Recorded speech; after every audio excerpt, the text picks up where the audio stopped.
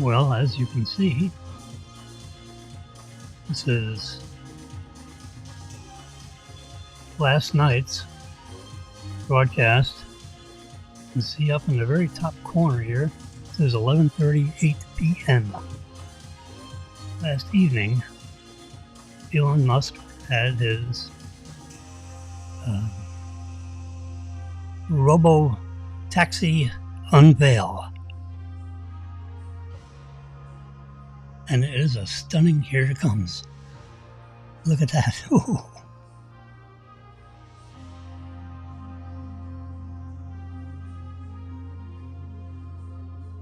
And of course we have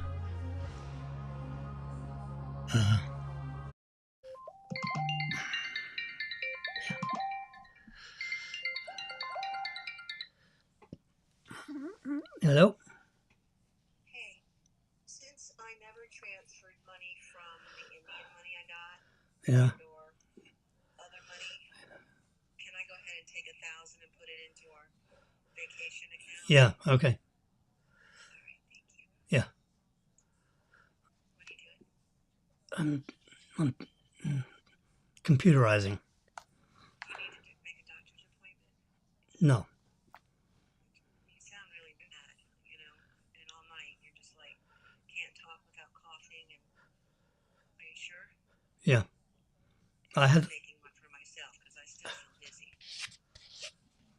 Okay. Okay? Yeah, I'm fine. Think about it. I don't want you to get pneumonia. Okay. Bye. Okay? Yeah, bye. Love you. Have some in there? Don't forget to eat your wings. I mean, your Ribs. Yeah, I will. All right. I'll see you later. You're doing Rotary lunch, right? Yes. Pretty soon. Yeah, okay, bye. All right. Love you. Bye.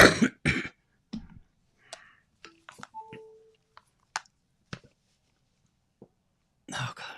Are we still here? Oh, Lordy.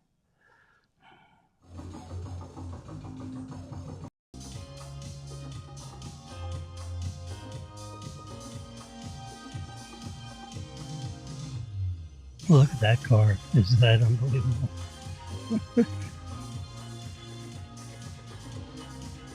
And that is the new Tesla van.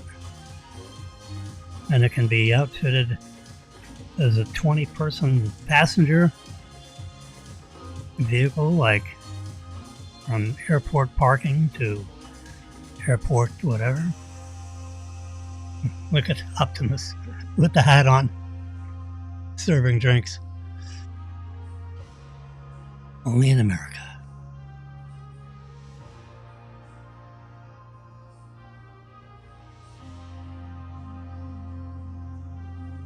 This is my longest video clip. Watch this.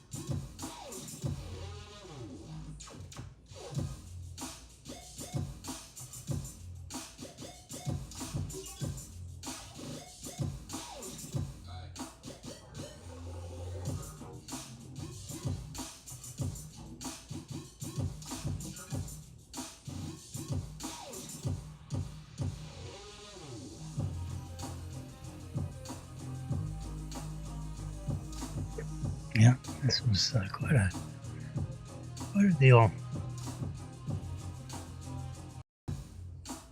Thousands of Elon's best friends, shareholders, investors, suppliers, key employees.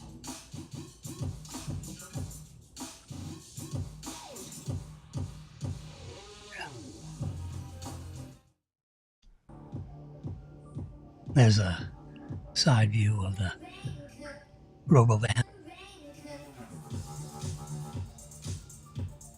So the Robotaxi, no steering wheel, no pedals.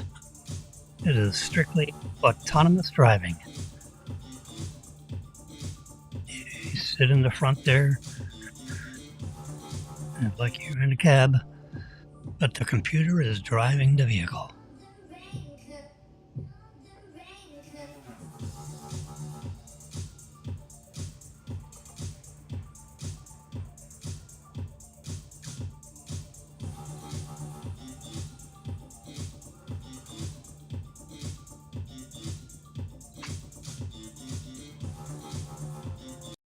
So, yeah, so these clips keep replaying.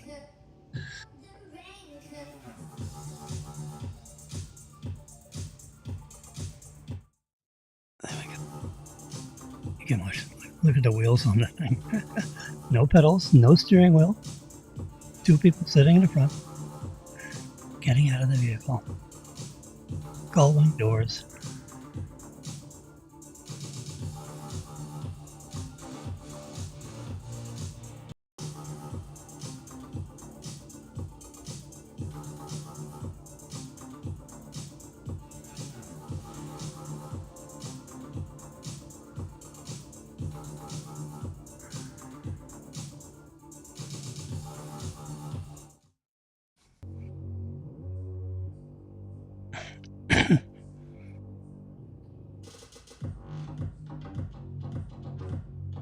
With Optimus making the cocktails. a special treat. Yeah. There we go. There we go. The cups are already iced. He's pulling on the. You can see on the top of the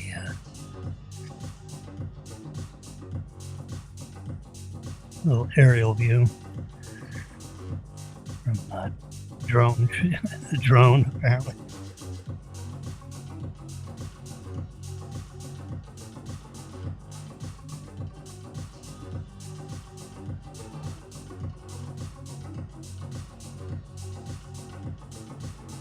That's a non-moving one with the doors open so people can just take a peek, take a picture.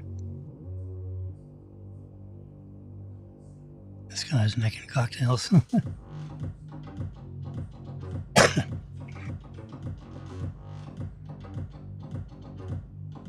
Every retiree can get an Optimus and help you clean up, take the trash out, cut the grass if you have grass.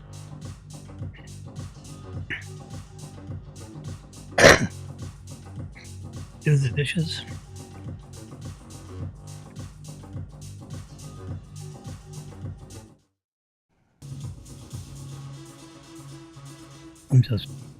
There's 8 or 10 of these little clips that I edited this morning. There you can see a new couple getting in the robo-taxi. So this is Warner Brothers' big soundstage, and it's 26 acres under roof. That's just like a city setting. Los Angeles, New York City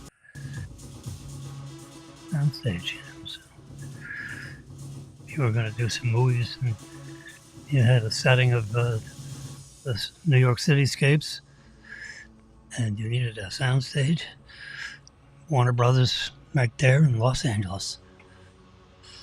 That's where they are. And the road taxis are driving all around through all the different sound stages.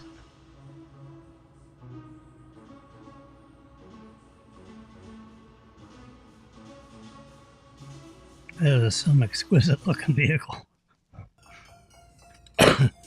These robots dancing.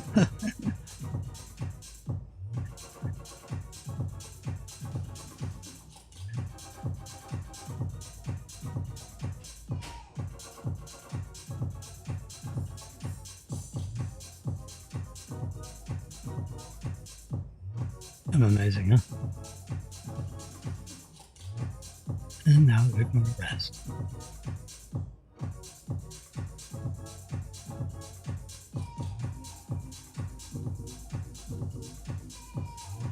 Just getting out of the robo-taxi.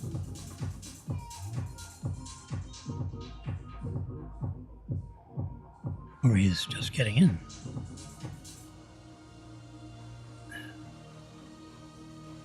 You talk to the robo-taxi, tell him to shut the doors.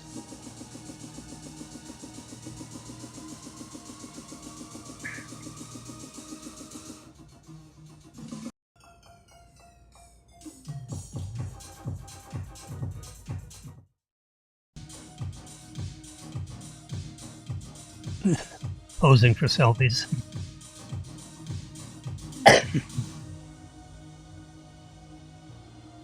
Guy's talking to the robot, telling it to turn around because the guy's behind him in the green light-ups.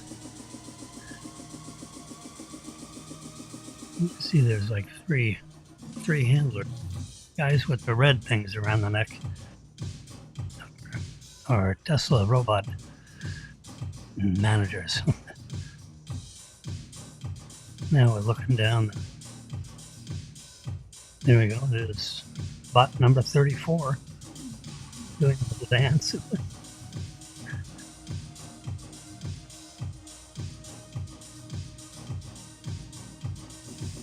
It's amazing that that's a robot. It's not a person in there.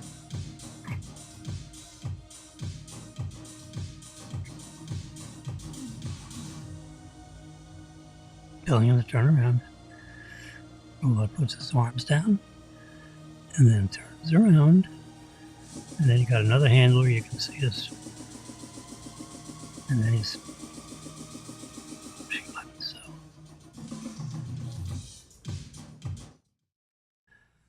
there's a still image of the car.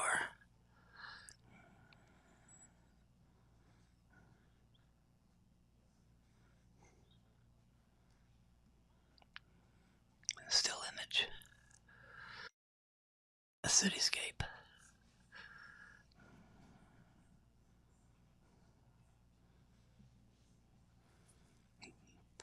That is the email that everyone got. 1010 Los Angeles. RSVP. And you had to RSVP by a certain time, or else you'll lose your spot. Okay.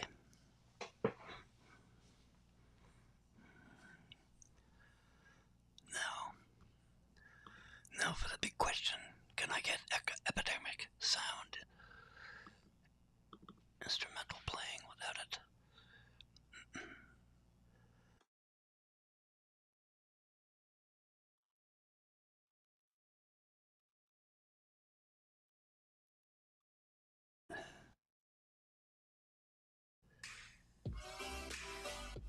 There we go. Now we're back to normal. Got my epidemic sound instrumental. Here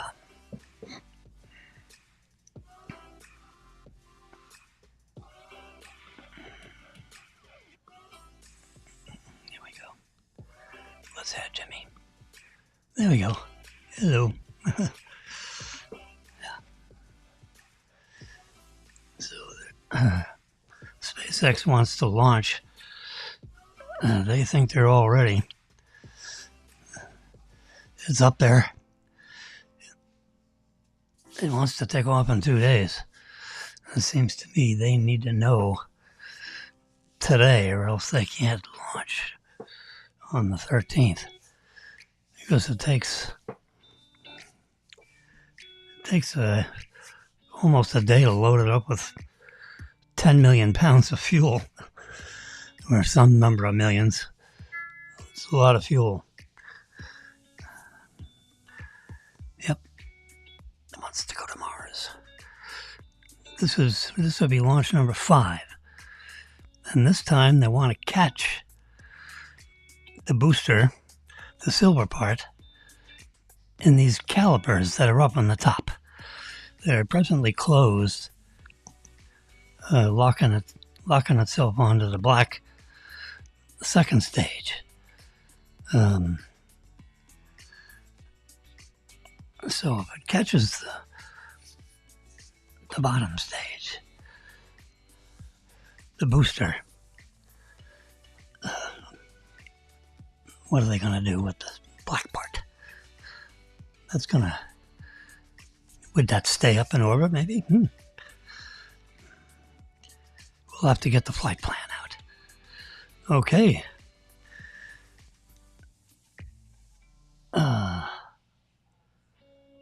Digital Trends apparently did an iPhone 16 Pro test with the Pixel 9 Pro camera test.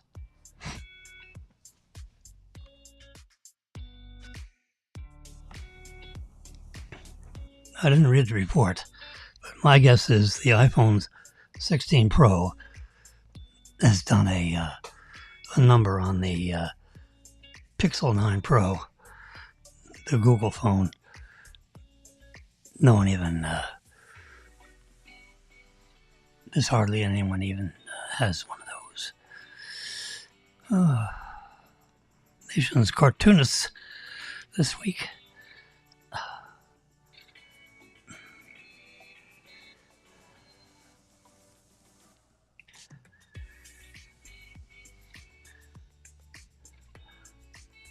Tesla Cybercab. Elon Musk, the big unveil. It's long awaited because it was supposed to happen 2 months ago. And at the last minute, they said, it's going to be October. It's not going to be August. Put it up 2 months. Bam. Something is up.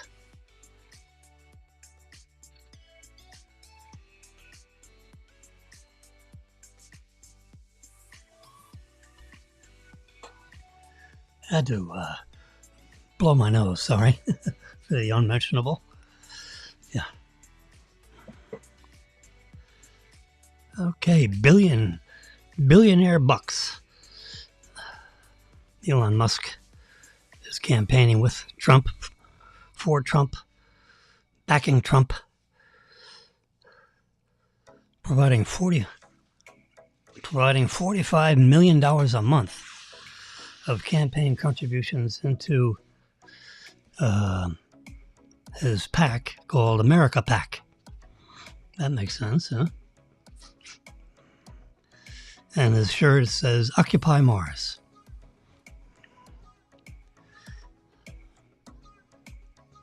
I hope they win. All right, guess who's laughing now? Back in September, she was ha ha ha ha. Well, guess who ain't laughing now? The Joy campaign has hit a wall as new polls show Donald Trump leading in most of the swing states. And whatever bump Kamala Harris got from the convention and a $1 billion fundraising effort, all of that goodwill has evaporated. Now what do? You're supposed to do this. You're supposed to do that. Guess who's laughing now? Well, according to the New York Post, it ain't Kamala. Yeah. And here's real clear politics.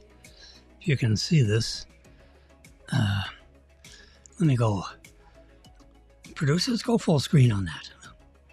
Remember, this is a Simulcast. There are 3 of us working this Simulcast. Me, myself, and I. And it's a Simulcast of YouTube Live. What do you call it? Facebook Live.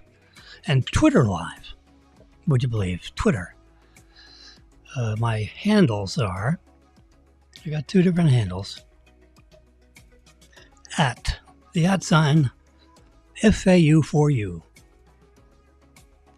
That's for YouTube Live and Facebook Live. And my Twitter handle was supposed to be FAU4U also, but I did something wrong apparently on Twitter, and they have suspended my account indefinitely for an unknown reason. I broke a rule, and they won't tell me which rule, and apparently they have lots of them. So I had to open up another account, and the handle on that one is Jim W 5596.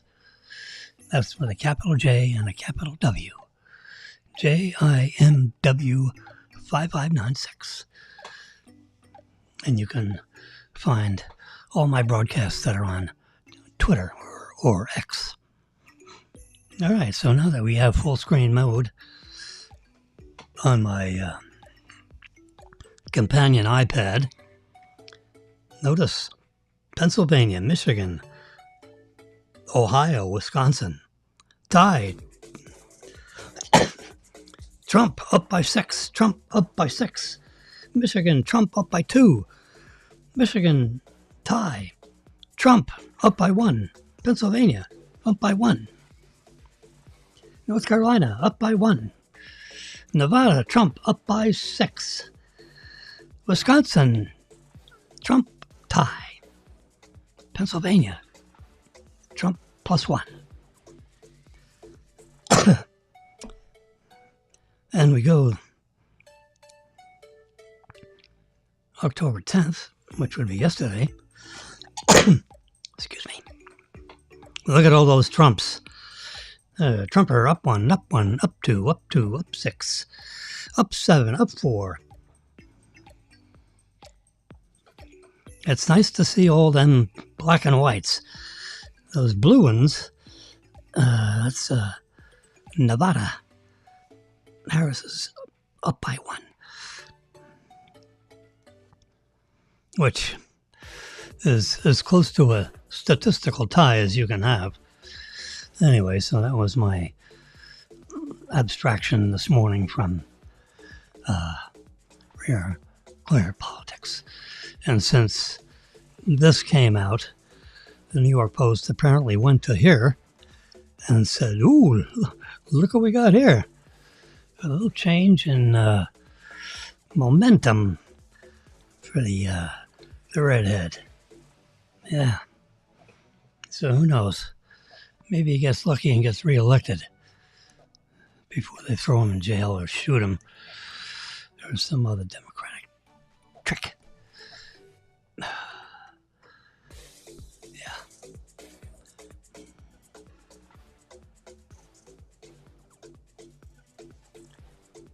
So I thought it was fun, you guys, seeing this a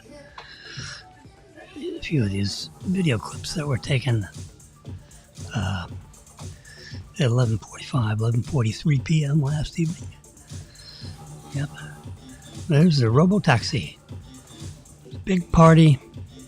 Thousands of Tesla people, guests, shareholders. I would imagine the guys in with the green things around their neck. Those are the money people. They have green around their neck. The ones with red around their neck are Optimus people. Black shirts, Tesla people. Trying to color code. Just watching a few of these clips. You see this guy here, he's assisting people getting in and out of the robo-taxi. And you see he has a blue thing around the neck. That's a red around the neck. He must be a friend of Tesla. Green around the neck, I think, is shareholder. There we go. And of course there's Optimus serving cocktails. Only in America. Whoop, whoop, whoop, whoop. Get, whoop, whoop. There we go. Watch what you're doing, buddy. Yeah. Yeah.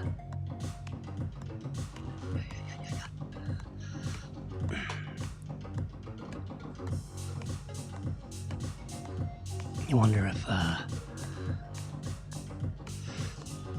I guess it's doing it. There's a drone view.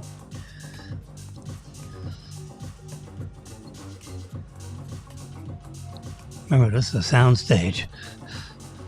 Warner Brothers. The big one in Los Angeles. It's one of the largest sound stages in the world. This is Robo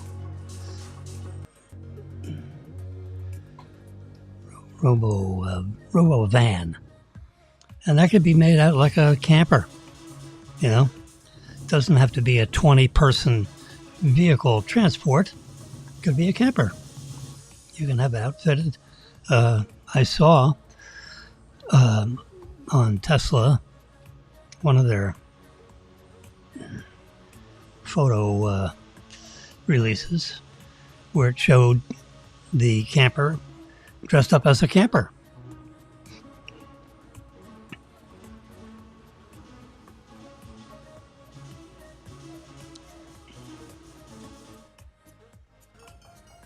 There we go. These guys dancing. Selfie with Optimus number 34.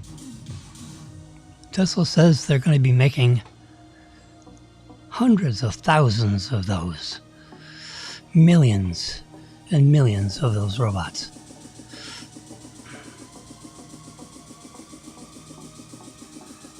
They're fine-tuning the final design of that fella.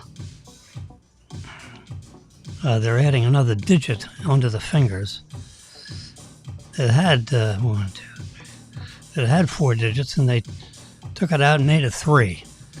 And now they decided, yeah, we need to put that digit back in, so that way it has 22 points of movement within the hand, so that it's as close to the human hand as mechanically possible, since it's a cyborg. You see this guy over on the left side? He's talking to the robot, telling it to turn around, and the arms go down, and he turns around so he doesn't whack anybody with his arms.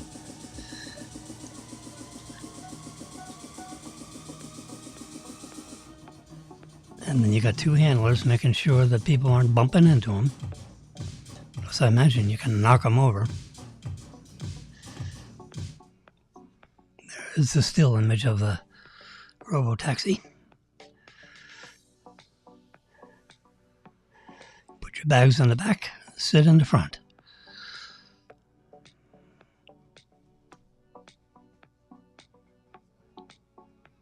Soundstage. A still image.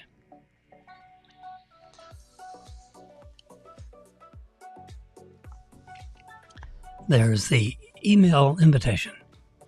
We Robot. We Robotics. Yes, sir, Bob. Yeah. Only in America. There we go. What else we got going here? And of course, we have hurricane stuff, which we're going to done with that. Thank God. Over here, and we're down here, and you see, like the Bahamas, we're straight across. We're right, just a little bit north of this is Broward County, this is Palm Beach County. We're right up there.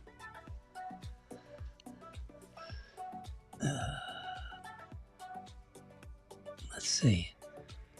I can hit my little robo pen here. Let's hit the red dot.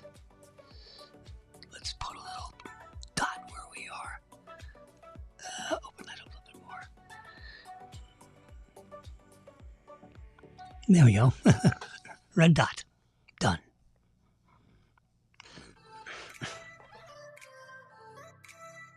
So now you can see where we are without having to try to explain that. We're 1 mile exactly from the water. Just north, a couple miles north of the Palm Beach County, Broward political boundary. So you can see how big that storm was. And it went the blue line is the actual track that it took. It didn't make a hard turn there. So it was, a little wobbly all the way across. And Siesta Key. My parents had a home in Longboat Key. There were 2 keys that stick out from Sarasota. Siesta Key, Longboat Key. Longboat Key is on the north side of the causeway. Siesta Key is on the south side of the causeway. Siesta Key was for the uppity folks of Sarasota. My parents were members of the Sarasota Yacht Club. And so those that, the Siesta Key was the lower end key. The Longboat Key, which is where my parents lived, in a single family home, or on Longboat Key, on the north side. The question is, my parents passed away, one then the other. And the house got sold and someone else owned it. So I don't know how trashed it got. Sarasota got beat up pretty good because that was the landfall of the eye of the hurricane. So I'm sure Longboat Key and Siesta Key got smashed up pretty good. And my father's house was right on the water. So, with a 5, 6, 7 foot, what do you call it? That house got, 4 feet of water in it.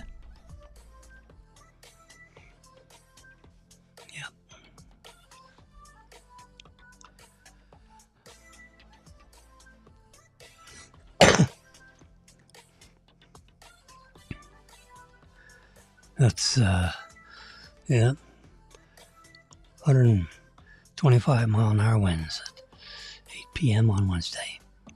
Bam!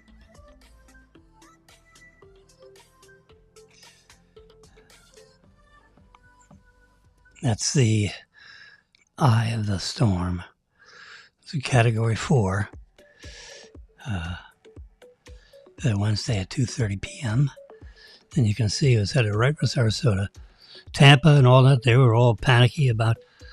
So Tampa had actually negative storm surge because it's going counterclockwise and the center of rotation was in Sarasota.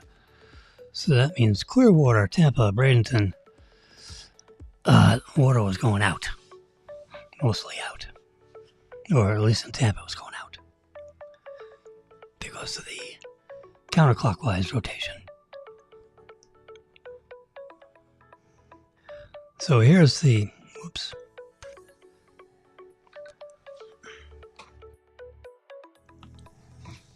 These are all the prior paths of all the storms over the last 100 years that have crossed over from west to east.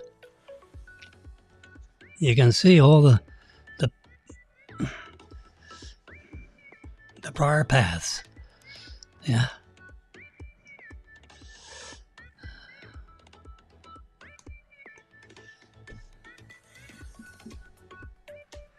It took them a long time before they decided to call off Tampa And why? Because there are 3.5 million people in Tampa, and there's only like 500,000 or 600,000 in Sarasota. So they figured, let's keep everyone on the edge of their chairs.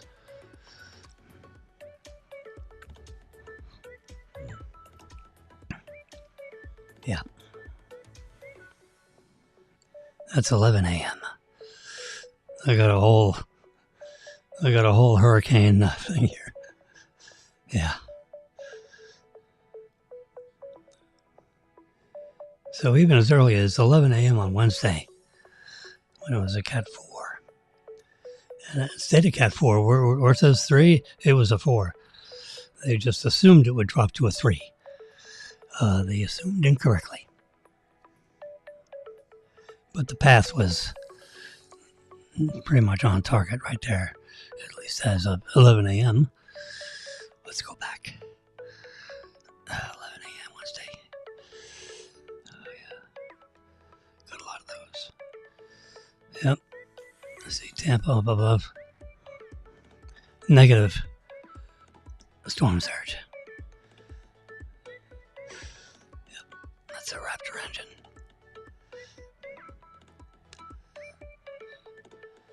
Reverse storm surge.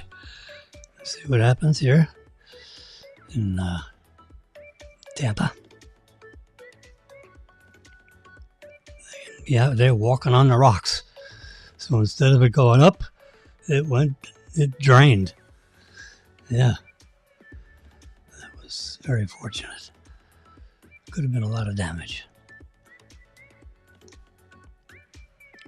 There's the eye. Tornado warnings with those yellow boxes. There it is, yep. This was 8:05 a.m. on Wednesday. You can see the time date stamp of the image that I captured. Yep. This is the 8 a.m. You see, whoops. This is, you see right down here, 8 a.m.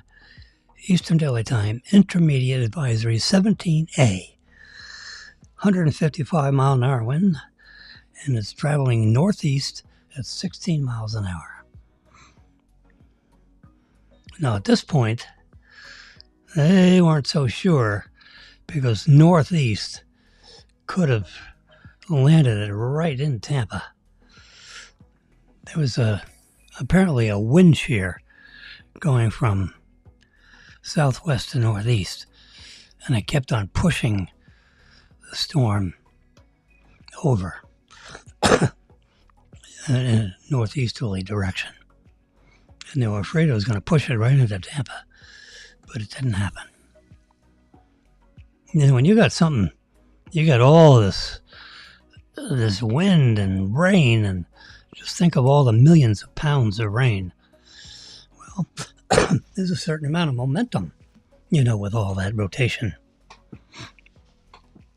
And in the eye going 155 miles an hour and everything else, just think of the millions of pounds of rainwater and suspended water droplets that are all, in a very organized rotation.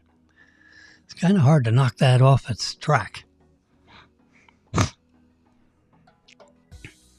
There you go.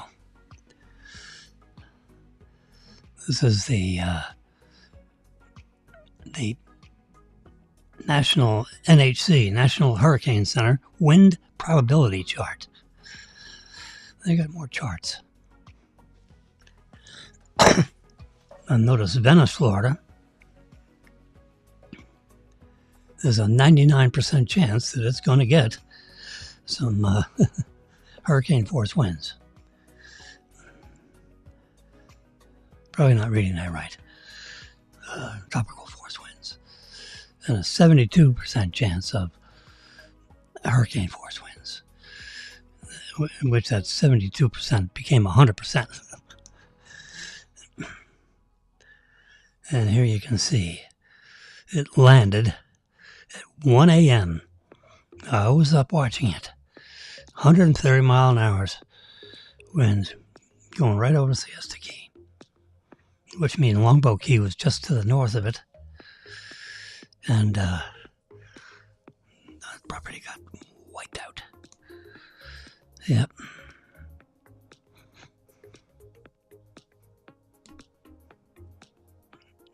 There you go. It's getting ready to... And we had no damage. None whatsoever over here on the East Coast. Down there in the very bottom corner of this graphic, the bottom right-hand corner is where we would be. So we were far enough away from everything. We didn't lose any electricity. There were 4 million people in the state of Florida. 4 million accounts. Not 4 million people, 4 million households. 4 million addresses that lost electricity. We were not one of them. There's the eye of the storm. Yep.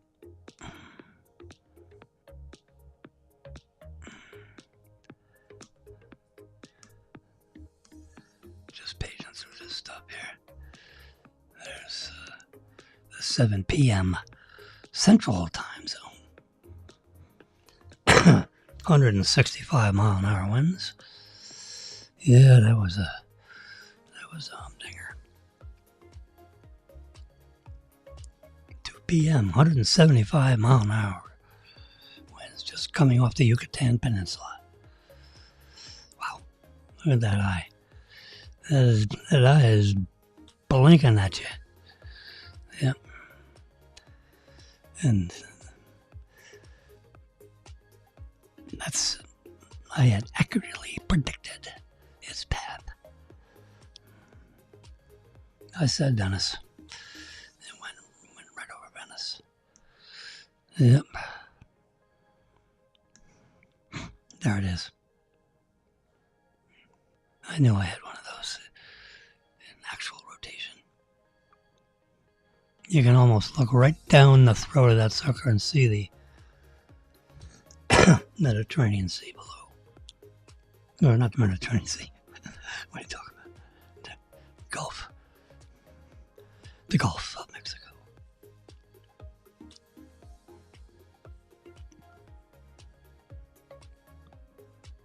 There we go. That's as big as I can make it.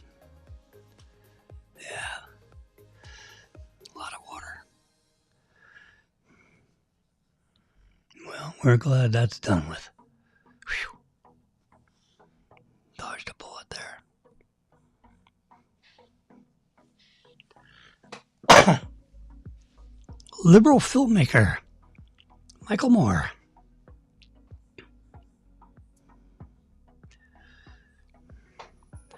Who is knocking down Democrats who were panicking over the tight 2024 race.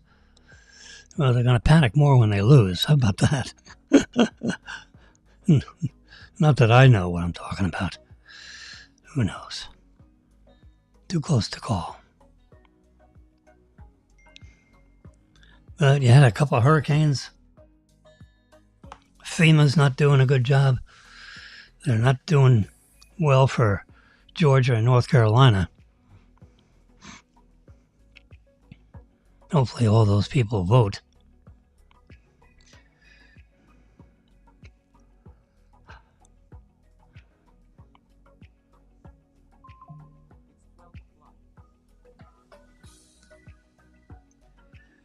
There's Mr. Happy. Trump's a worker bee, I tell you. He's leaving it all on the field. He ain't taking nothing home with him. He works. Kamala, you're lucky if she gets to do one thing a day. Here's everyone leaving Tampa Bay. They're all headed north. And These people are going south. They're going north. Yeah.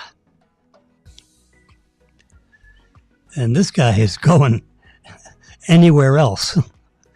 This is the Tampa mayor. What are you doing, you crazy person? Tampa. Oh, boy. He's warning residents. Watch out for the hurricane. Watch out for Uncle Milty. Milton. Uncle Milty. Yeah.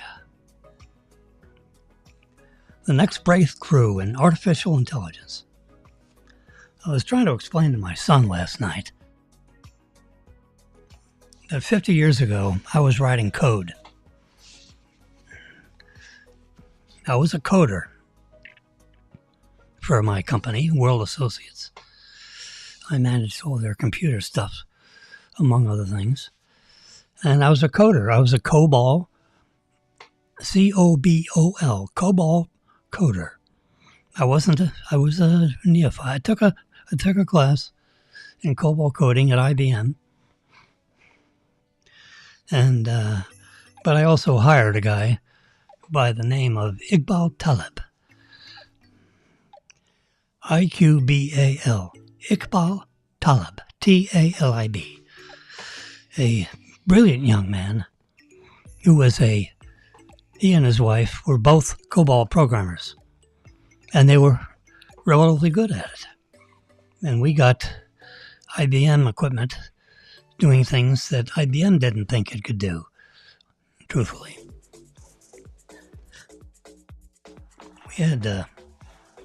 We had one of the first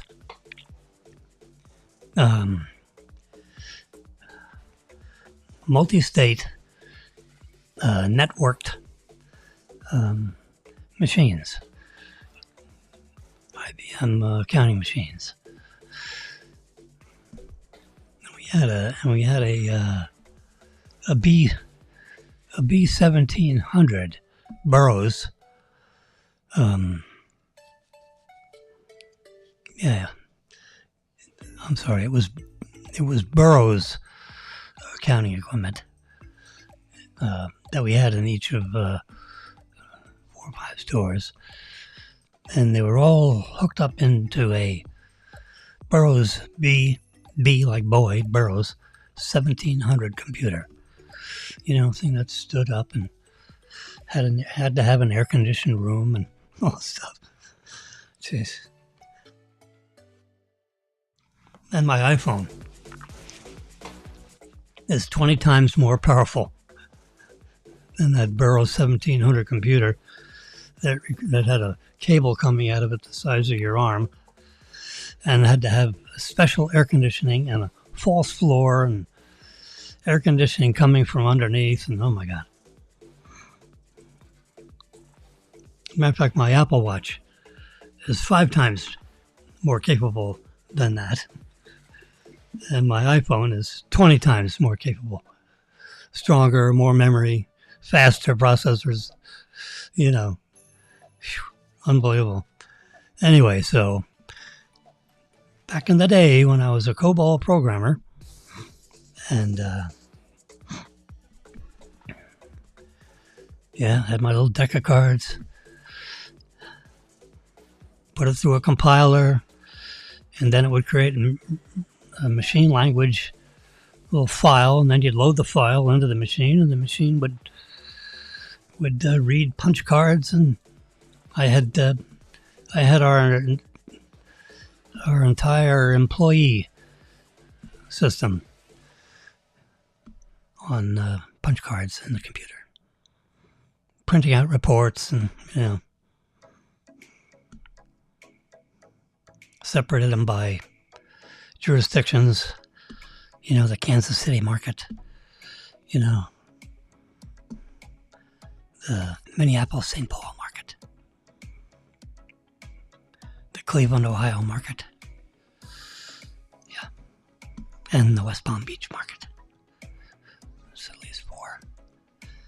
Anyway, so when you're a coder, you would basically write a line of code, and you had 80 characters, because our 80 positions on a punch card. If you're wondering why there are 80 positions on the COBOL sheets, there would be horizontal sheets like this, and there'd be line after line after line, and you'd write out the code, and you'd write it out. Line 03, line 04, line 05, and you'd give it instructions on what to do. Pick up information from here, and you put it in there, multiplied by 2, and then put the answer there. Whatever.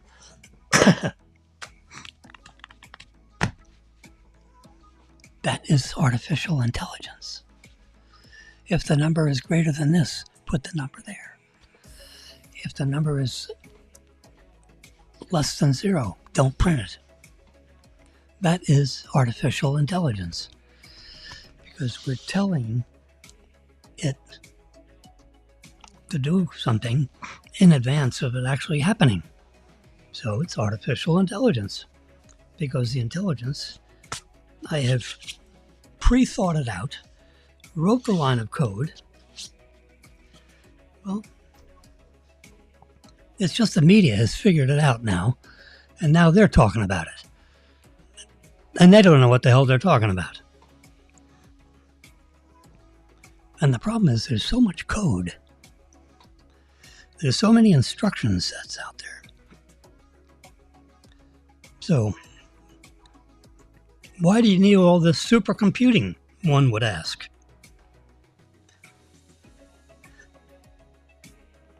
One would ask, why do you need all this supercomputing? Well, because since there's so much code, and since there is such a knowledge base, there's so much knowledge. It used to be when you'd write a paper, do a paper, you would research your paper. You'd go to the library and look up books that are consistent with whatever you're talking about, thinking about, and you'd research in the library. You'd go to the nonfiction section of the library, check out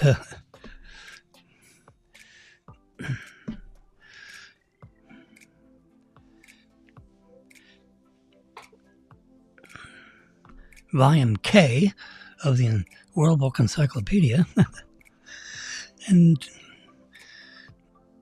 open up to the page that says knowledge, K-N-O-W, knowledge. And you'd see what the World Book says about knowledge. And then you read about that, take notes, put that back. Pick out the volume K out of the Encyclopedia Britannica, this huge, hard to read Bible page. I hated it because you could see through the paper. The print from the other side is on this side. So your eyes, you had to have a real bright light so you wouldn't be reading both sides of the paper at the same time. One's backwards and the other one's forwards. So that's how you did research. Well, see, today with supercomputing, what you do is you open up the entire Encyclopedia Britannica. You read it all into memory. And then you read the World Book Encyclopedia.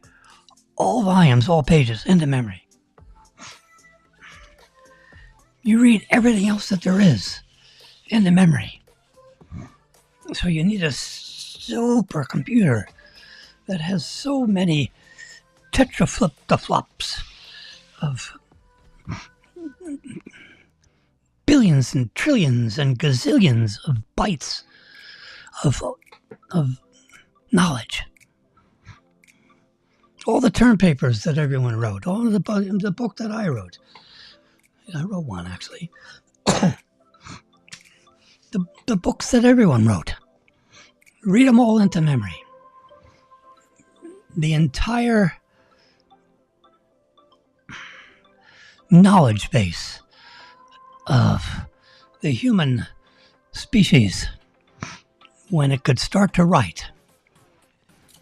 All the images that are ever taken and photographed, all of that gets opened into memory. Now, with really high-speed memory,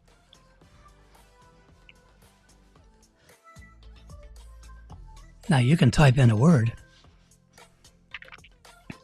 and key it into all that memory, and oh my God, it would produce an unbelievable report of everything that was ever mentioned with the word Jimmy in it.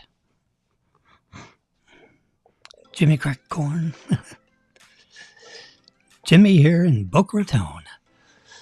All these podcasts that I've done, we all open into the memory.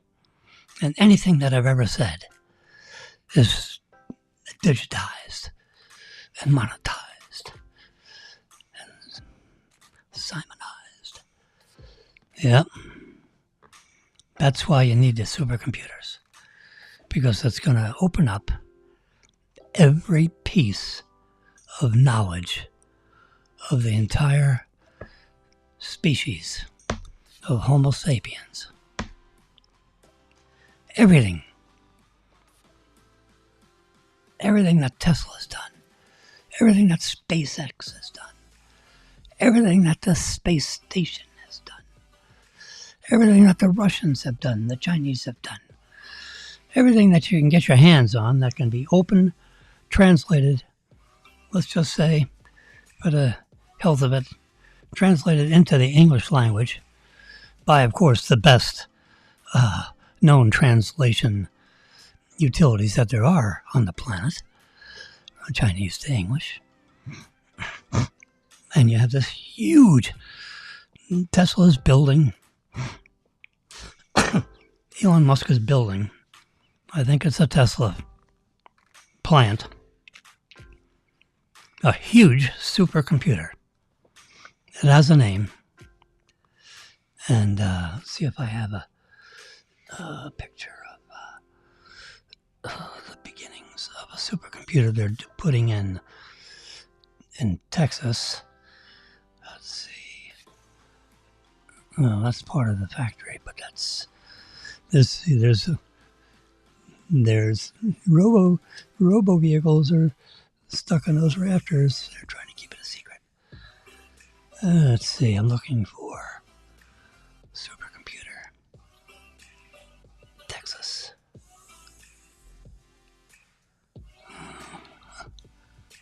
I'm looking for it.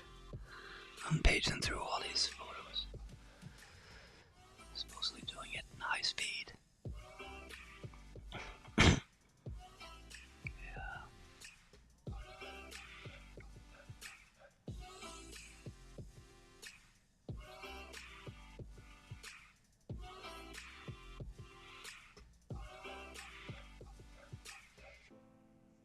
Nope, this is winter forecast. That's something about Apple Watch. Oh, I'm looking. I promise. So, that would be a nice thing. A nice program for someone to write.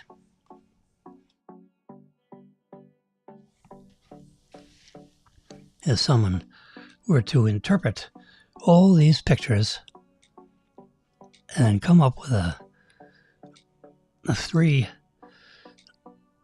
or four keywords caption, and caption every photograph hidden in the header file, as an official caption,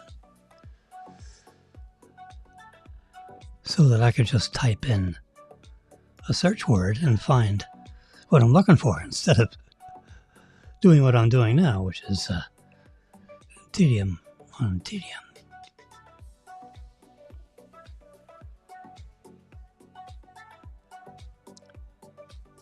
Look at all these pictures. You know how many pictures I have on this little bugger? I'm not going through them all, but let's just go to the About page. Oh my God. See here, photos. 94,142 photos.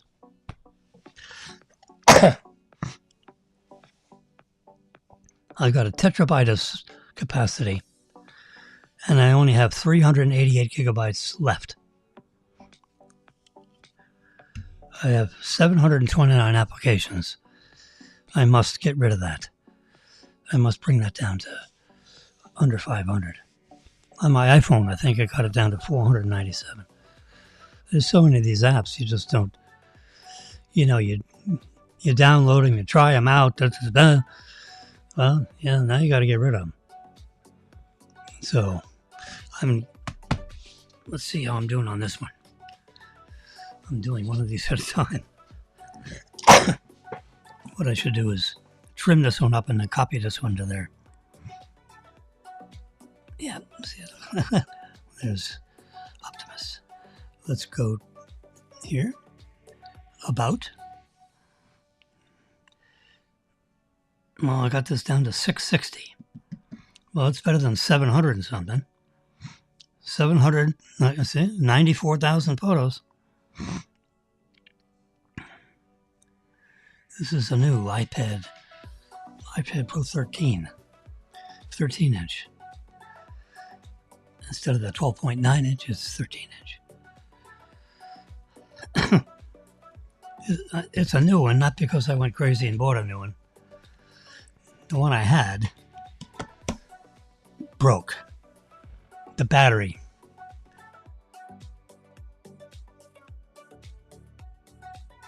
Usually what happens with these guys, especially when you get to 3 or 4 years old, the battery fails.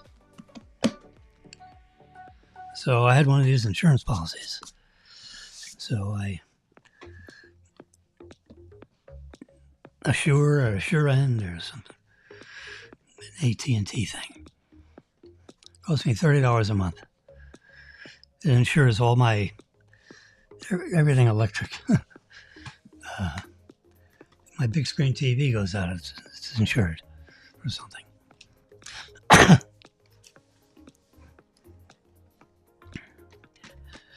So, anyway, so my iPad refused to take a charge. So I called up Assure and said, hey, can't turn it on. The battery won't take a charge. They said, okay, Mr. Wilson, we will send you another one.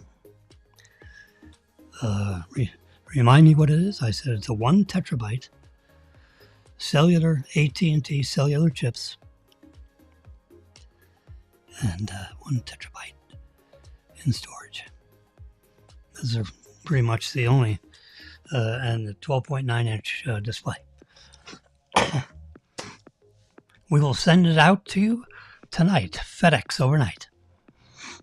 If you get to them before 4:30 in the afternoon, they FedEx it same day, overnight delivery.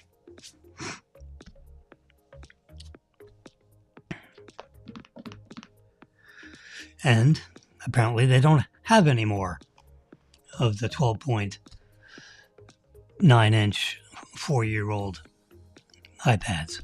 So they had to send me a new one. Oh, shucks. So that's how I ended up with a new one. The copay was $275. So it cost me $275 to get a brand new iPad.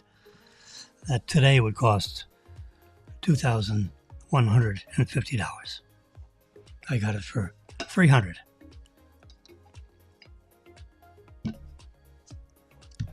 An authentic iPad story. So after they get to be, 4 years old or so, the batteries start to fail. And that's all this stuff here, except for the MacBook Pro here. That's a new, I bought a year and a half ago, or 2 years ago, whatever.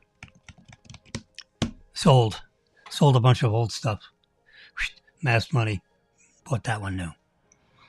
That's how I financed this one. I sold a bunch of old iPads. We've been into iPads and iPhones for 10 years or so. Old iPad, was old iPad, now it's new iPad,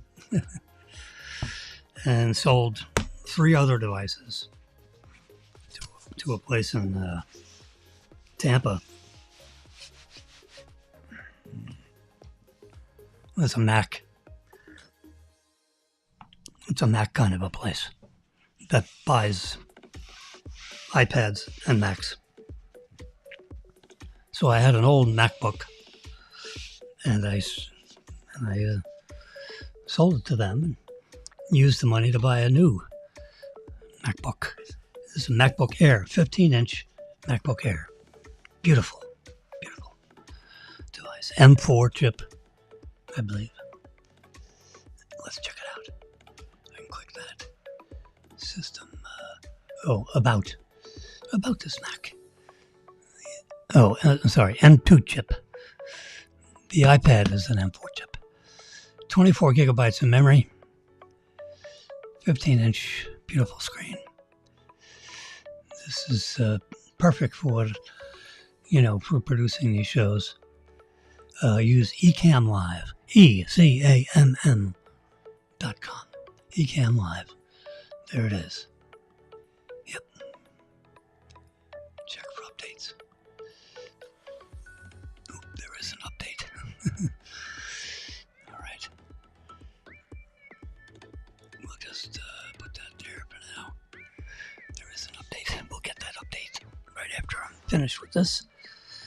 I've been on this show here. Oh, how long? An hour and 7 minutes. It's 12:22.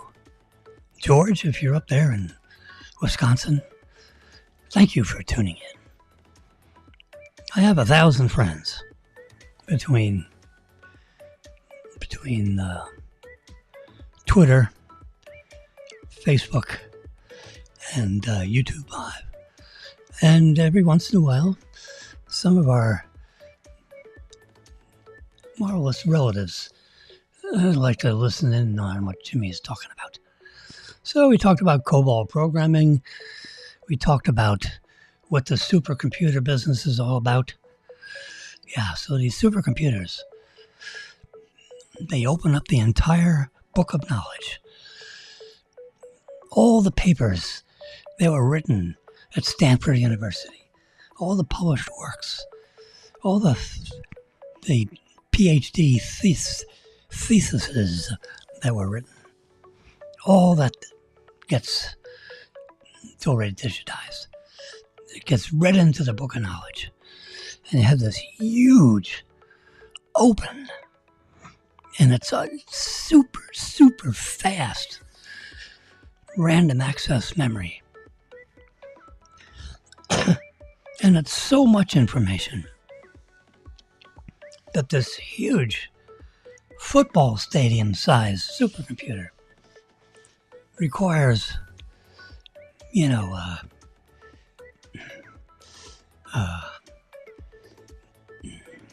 whole gigafactory of power just to air condition the supercomputers, the chips that keep them all cool, because they're all vibrating, But all the electricity that it takes to drive, and you got all these little fans blowing, and all those fans, it takes, God, a whole nuclear power plant just to power the air conditioning to keep that sucker cool. That's a lot of processing power. But see, if you wanna do some advanced research, baby, and you got the entire book of knowledge of the entire human race going back, what would we say, 3,000 years? BC, 5,000 years of, hieroglyphics and the translations of the hieroglyphics. I'm a firm believer, just might as well get this out. If you've ever read The Chariot of the Gods, I suggest you read The Chariot of the Gods. And the premise of it is, It's I don't know where this book is located in the library. Whether it's nonfiction as far as I'm concerned. Put it in the nonfiction section. But anyway, the Chariot of the Gods, the premise is that the human race got a little genetic help about 5,000 years ago. Remember the Incan calendar? The ancient Incan civilization? Remember, the Incan calendar was only 5,000 years from beginning to end. It actually had an end. I think it was 2012. Yeah, a few years ago. And the notion is that whoever set up the Incan civilization, and perhaps those civilizations in Egypt, and these creatures from foreign worlds came to our planet and got a hold of the monkeys, the chimpanzees, or some flavor of the monkey family. And they did some few genetic little twists and turns so that the human race would begin with a jump start. And they salted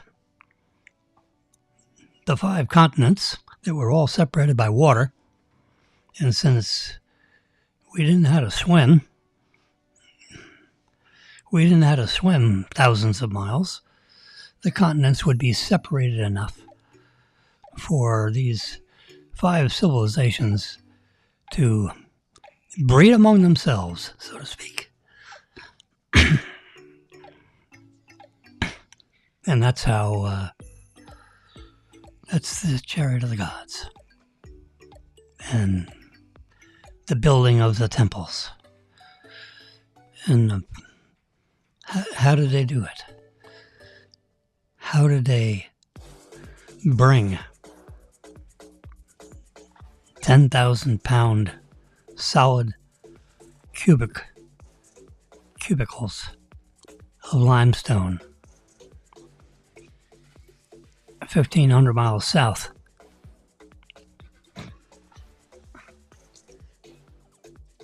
along the Nile River to where the temples were built, and piled up those 10,000-pound limestone cubes, perfect cubes.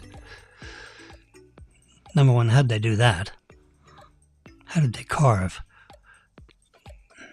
10,000-pound cubes of solid limestone? It supposedly took them 30 years to erect it, which is several generations of Egyptians.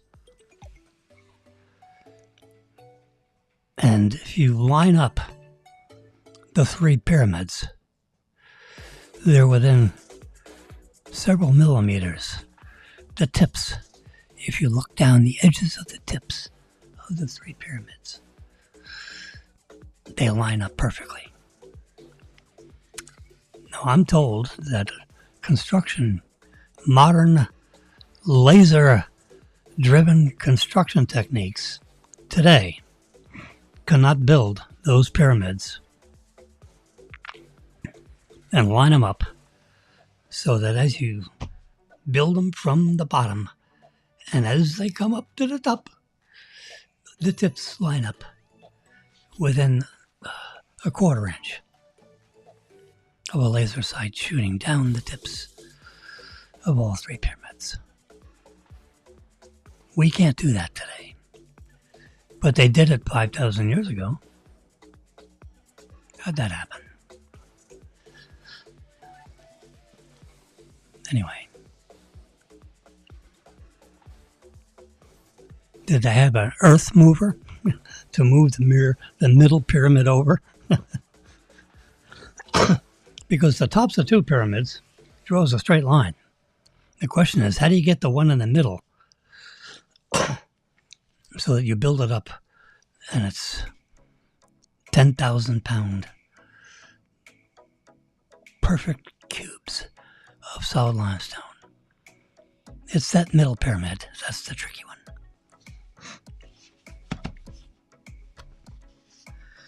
Anyway, that's the chariot of the gods. And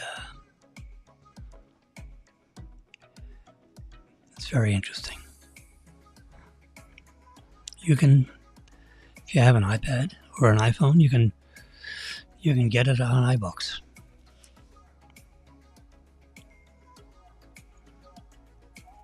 iBooks. IBOOKS. That way you never have to carry around any paper. There you go. Oops. Let's get out of this. Search. Chariot of the Gods. There you go.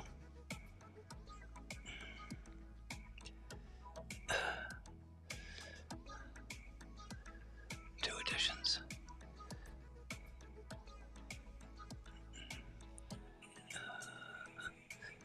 Yep.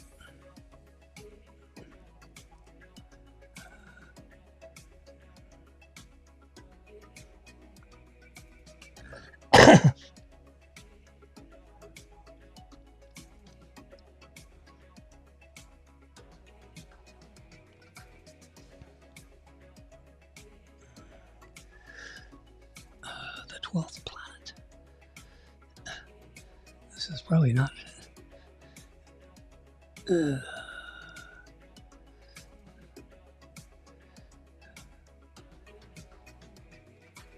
Isn't it nice how you can look at this stuff up? The magic of the internet. Einstecken. This is the 12th planet. We don't want that.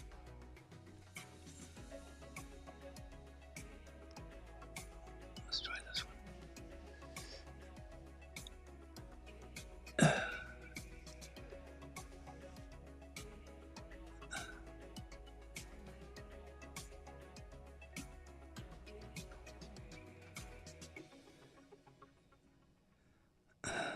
Anyway.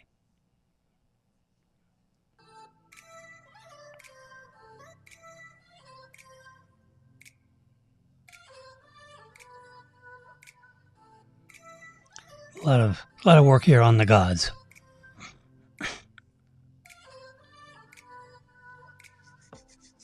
All right. I think it's time for some. I have some takeout. Flanagan's ribs, which I'm going to get out of the refrigerator, warm them up, spray them with a little water, distilled water, warm them up in the microwave, and eat 6 ribs and some coleslaw.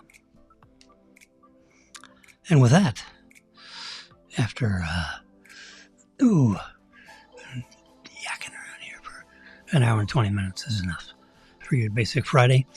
George, have a nice weekend. Bless you, my son.